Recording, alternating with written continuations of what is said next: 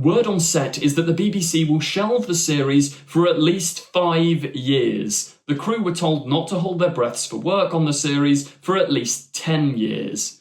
It's happening again. I'm just going to cut to the chase right at the beginning of this video. I personally do not believe that Doctor Who has been cancelled, okay? Despite what every single British publication has been saying over the past 12 hours, I personally don't think that a cancellation is what's happening here. I do think there is the possibility that Disney have pulled out. I do think that within just about a 2-month time span, we'll see the 15th Doctor, played by Ncuti Gatwa, regenerate into a new Doctor, or, like was originally planned with the 13th Doctor's regeneration, we'll see him start to regenerate, but we won't know who the new Doctor is. But where are all these rumours coming from? Because it seems to me, at least, maybe it's because I run a Doctor Who YouTube channel, but the only talk about Doctor Who for the past 7 months, and it's getting tiring now, is just cancelled, cancelled, cancelled. But over the past 12 hours, where's all of this stemmed from?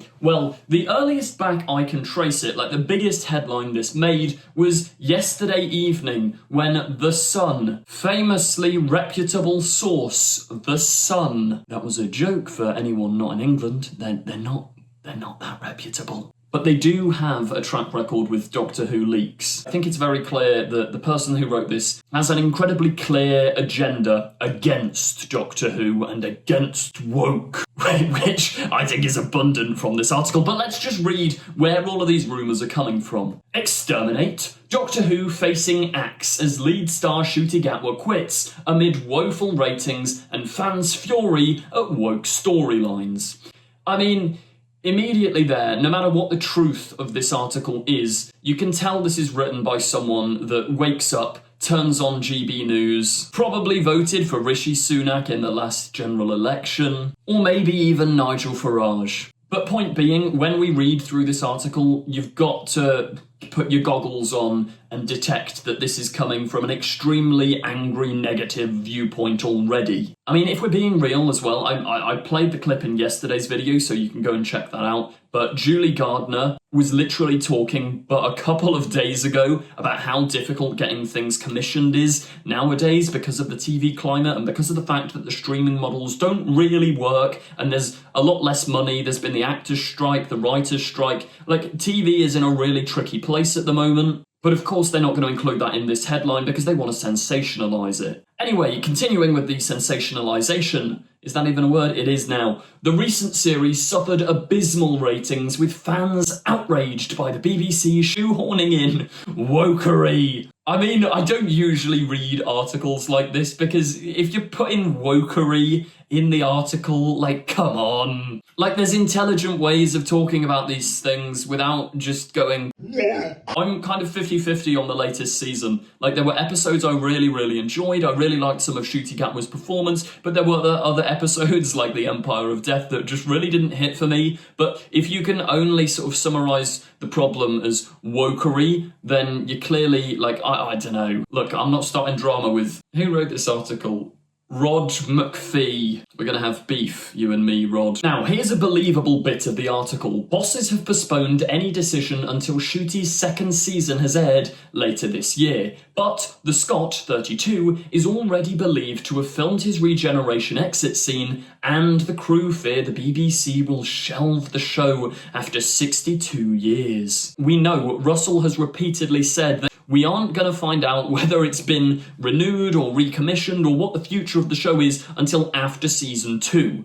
Disney have made it abundantly clear, at least from what we're being told, that until season 2 airs, they don't know what they're doing. Now, here we go. An insider said. This insider may or may not be completely fictitious. An insider said, Ncuti doesn't want to be tied to the series beyond this, and plans to relocate to Los Angeles with several Hollywood projects standing by for him.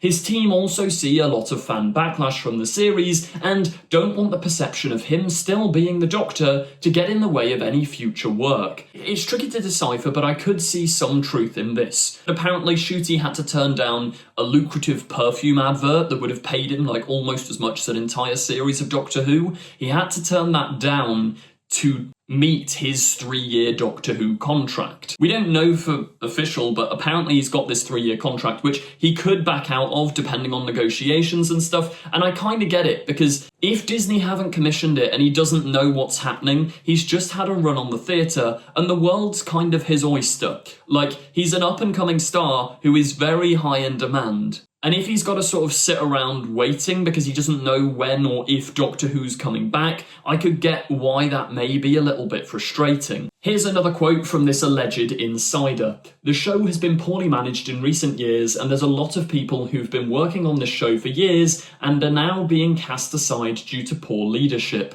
Once again, like, do you know what I mean? They aren't just delivering facts. They aren't just delivering statements. It's all very emotive. It's all very, like, negative language. I feel like I'm being, like, an English teacher here in a lesson. Like, maybe I should give up doing YouTube and just become a GCSE English teacher. People warned some episodes were getting too caught up on an agenda rather than telling a story, and those people got shouted down. Ignored. I've talked about this in depth in one of my other recent videos, which I'll link in the description, but the point is a lot more nuanced than just agenda and woke. Because I do think lines like "something a male-presenting Time Lord would never understand," or stopping the story to have the Gen Z character go, "Did you just assume the Meeps pronouns?" Like, I understand the motive behind it, but I think they were done in relatively clunky ways, which ends up just giving cannon fodder to right-wing reactionaries. As I say, I talk about it more in depth in that video, but the fact that someone like Andrew Tate,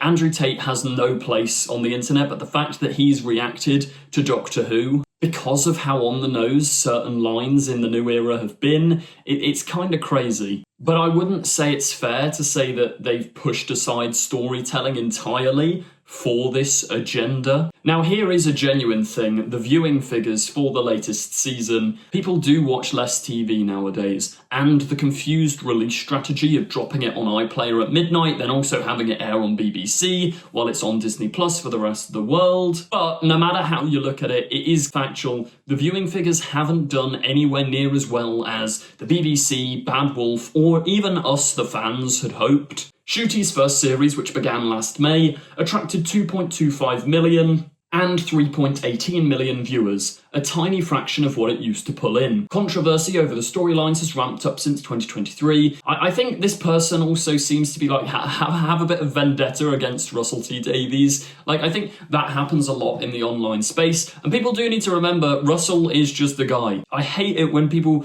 drag creatives like Russell through the mud. Sure, critique and criticism and free speech, I'm all here for that. If you don't enjoy something someone's made, if you come up with like logical points and talk about why, that's completely fair. Anyone who writes negative reviews, I don't have an issue with you, but it's articles like this which just seem entrenched in dragging the entire production down. And I mean, here, this is just a silly example. They say, like, another saw the Doctor, played by returning David Tennant, realise he was gay after developing a crush on Sir Isaac Newton. Like, they're acting as if one line in the episode has destroyed the story. I forgot that even happened. I don't think anybody really cares. It was just a sort of funny bit of jokey banter between Donna and the Doctor. Like, that's such a non-issue. And it also maybe implies to me that the person writing this article has only bothered to watch the 60th anniversary. Just saying. Because there's a lot more you could complain about if you've watched Empire of Death. A huge question mark also hangs over whether Disney will renew its deal, which is said to be worth $10 million with the BBC. Crew working on the show in Cardiff are said to be furious at being left in limbo after filming wrapped last week. The insider said, word on set is that the BBC will shelve the series for at least 5 years. The crew were told not to hold their breaths for work on the series for at least 10 years. Now that quote is interesting because if that's directly come from somewhere, I could and genuinely do see the logic in giving Doctor Who a little bit of a rest. Now, don't get me wrong, don't get angry. I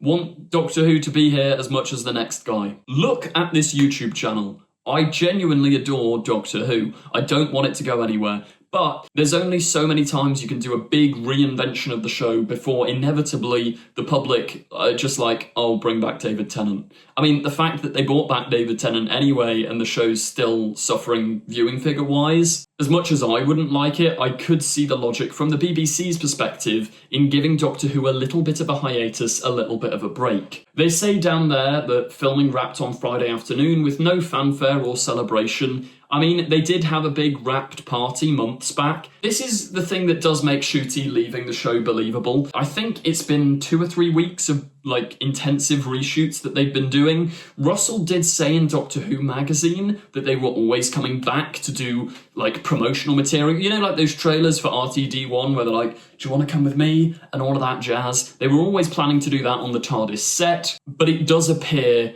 a lot of the main cast were on set for these reshoots, and you don't do reshoots for 3 weeks long. Someone who actually worked on Doctor Who did make this quite valid point, but also if the reshoots have been going on for 2 or 3 weeks, which is apparently how long they've been happening, it does seem a genuine possibility Ncuti Gatwa is using those 3 weeks to have a regeneration added into the episode, because they wouldn't want to just tack it on to the end. It makes sense if a large chunk of the episode is remade to make the regeneration fit. But what's incredibly important here, and why, as I said at the beginning of the video, I don't think Doctor Who's cancelled, the BBC they haven't declined to comment, okay? A BBC spokesperson has said to The Sun, Doctor Who has not been shelved, okay, guys?